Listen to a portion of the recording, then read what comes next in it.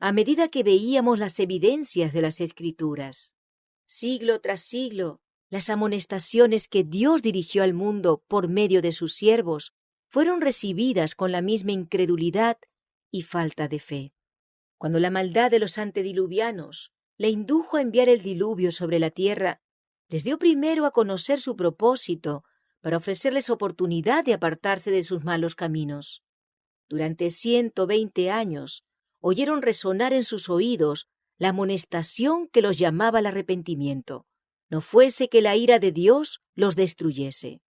Pero el mensaje se les antojó fábula ridícula y no lo creyeron.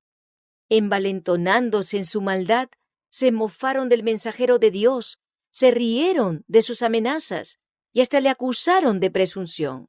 ¿Cómo se atrevía él solo a levantarse contra todos los grandes de la tierra? Si el mensaje de Noé era verdadero, ¿por qué no lo reconocía por tal el mundo entero? ¿Y por qué no le daba crédito? Era la afirmación de un hombre contra la sabiduría de millares. No quisieron dar fe a la amonestación ni buscar protección en el arca.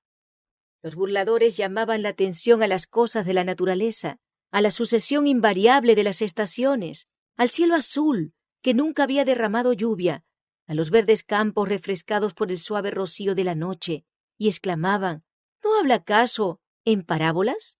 Con desprecio declaraban que el predicador de la justicia era fanático rematado, y siguieron corriendo tras los placeres y andando en sus malos caminos con más empeño que nunca antes. Pero su incredulidad no impidió la realización del acontecimiento predicho. Dios soportó mucho tiempo su maldad, dándoles amplia oportunidad para arrepentirse. Pero a su debido tiempo sus juicios cayeron sobre los que habían rechazado su misericordia. Cristo declara que habrá una incredulidad análoga respecto a su segunda venida. Así como en el tiempo de Noé, los hombres no entendieron hasta que vino el diluvio y los llevó a todos, así, según las palabras de nuestro Salvador, será la venida del Hijo del Hombre. Cuando los que profesan ser el pueblo de Dios se unan con el mundo, viviendo como Él vive y compartiendo sus placeres prohibidos, cuando el lujo del mundo se vuelva el lujo de la Iglesia, cuando las campanas repiquen a bodas y todos cuenten en perspectiva con muchos años de prosperidad mundana, entonces, tan repentinamente como el relámpago cruza el cielo, se desvanecerán sus visiones brillantes y sus falaces esperanzas. Así como Dios envió a su siervo para dar al mundo aviso del diluvio que se acercaba, también envió mensajeros escogidos para anunciar la venida del juicio final. Y así como los contemporáneos de Noé se burlaron con desprecio de las predicciones del predicador de la justicia, también en los días de Miller, muchos, hasta de los que profesaban ser del pueblo de Dios, se burlaron de las palabras de aviso. ¿Y por qué la doctrina y predicación de la segunda venida de Cristo fueron tan mal recibidas por las iglesias? Si bien el advenimiento del Señor significa desgracia y desolación para los impíos, para los justos es motivo de dicha y esperanza. Esta gran verdad había sido consuelo de los fieles siervos de Dios a través de los siglos. ¿Por qué hubo de convertirse, como su autor, en piedra de tropiezo y piedra de caída para los que profesaban ser su pueblo? Fue nuestro Señor mismo quien prometió a sus discípulos: si yo fuere y os preparare el lugar, vendré otra vez y os recibiré conmigo. El compasivo Salvador fue quien, previendo el abandono y dolor de sus discípulos, encargó a los ángeles que los consolaran con la seguridad de que volvería en persona, como había subido al cielo.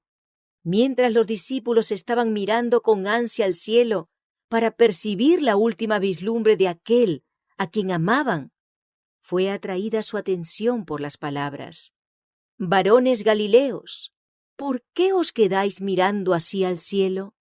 Este mismo Jesús que ha sido tomado de vosotros al cielo, así vendrá del mismo modo que le habéis visto ir al cielo. El mensaje de los ángeles reavivó la esperanza de los discípulos. Volvieron a Jerusalén con gran gozo y estaban siempre en el templo, alabando y bendiciendo a Dios. No se alegraban de que Jesús se hubiese separado de ellos, ni de que hubiesen sido dejados para luchar con las pruebas y tentaciones del mundo, sino porque los ángeles les habían asegurado que Él volvería.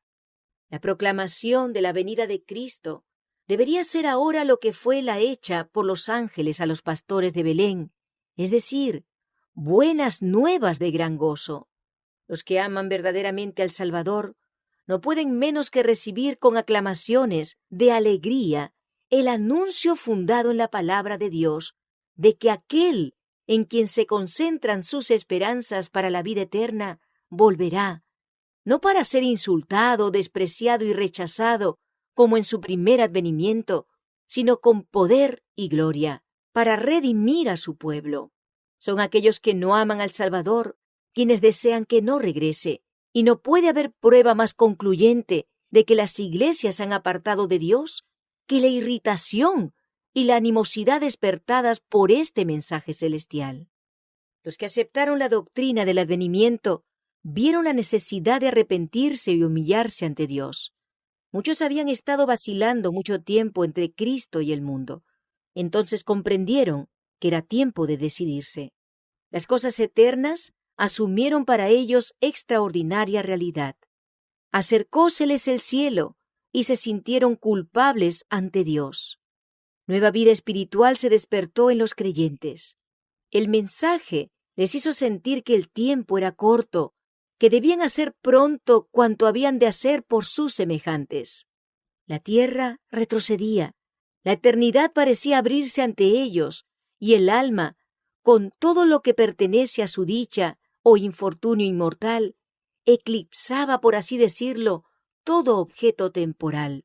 El Espíritu de Dios descansaba sobre ellos y daba fuerza a los llamamientos ardientes que dirigían tanto a sus hermanos como a los pecadores, a fin de que se preparasen para el día de Dios.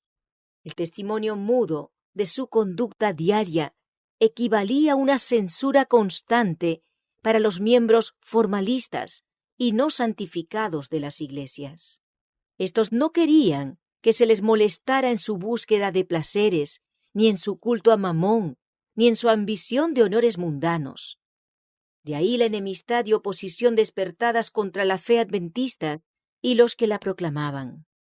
Como los argumentos basados en los períodos proféticos resultaban irrefutables, los adversarios trataron de prevenir la investigación de este asunto, enseñando que las profecías estaban selladas.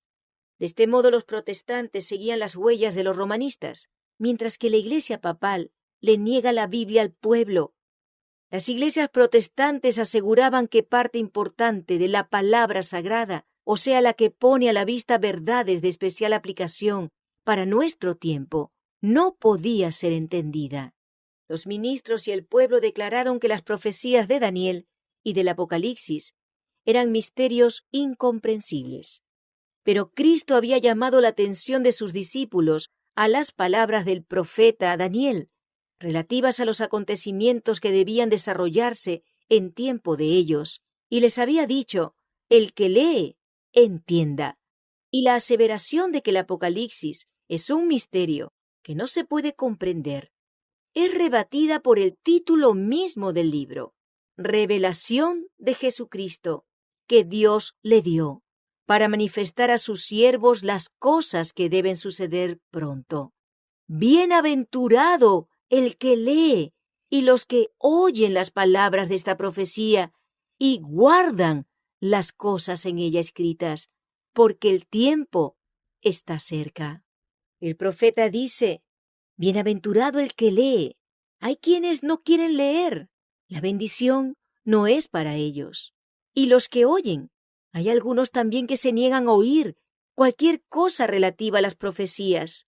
La bendición no es tampoco para esa clase de personas. Y guardan las cosas en ella escritas. Muchos se niegan a tomar en cuenta las amonestaciones e instrucciones contenidas en el Apocalipsis. Ninguno de ellos tiene derecho a la bendición prometida. Todos los que ridiculizan los argumentos de la profecía y se mofan de los símbolos dados solemnemente en ella, todos los que se niegan a reformar sus vidas y a prepararse para la venida del Hijo del Hombre, no serán bendecidos.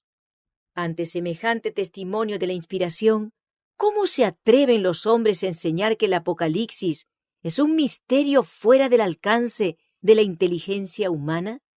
Es un misterio revelado, un libro abierto. El estudio del Apocalipsis nos lleva a las profecías de Daniel, y ambos libros contienen enseñanzas de suma importancia, dadas por Dios a los hombres, acerca de los acontecimientos que han de desarrollarse al fin de la historia de este mundo. A San Juan le fueron descubiertos cuadros de la experiencia de la Iglesia que resultaban de interés profundo y conmovedor. Vio las circunstancias, los peligros, las luchas y la liberación final del pueblo de Dios. Consigna los mensajes finales que han de hacer madurar la mies de la tierra, ya sea en gavillas para el granero celestial o en manojos para los fuegos de la destrucción. Fuéronle revelados asuntos de suma importancia, especialmente para la última Iglesia, con el objeto de que los que se volviesen del error a la verdad pudiesen ser instruidos con respecto a los peligros y luchas que les esperaban. Nadie necesita estar a oscuras en lo que concierne a lo que ha de acontecer en la tierra. ¿Por qué existe, pues, esta ignorancia general acerca de tan importante porción de las Escrituras? ¿Por qué es tan universal la falta de voluntad para investigar sus enseñanzas? Es resultado de un esfuerzo del príncipe de las tinieblas para ocultar a los hombres lo que revela sus engaños. Por esto Cristo, el revelador, previendo la guerra que se haría al estudio del Apocalipsis, pronunció una bendición sobre cuantos leyesen, oyesen y guardasen las palabras de la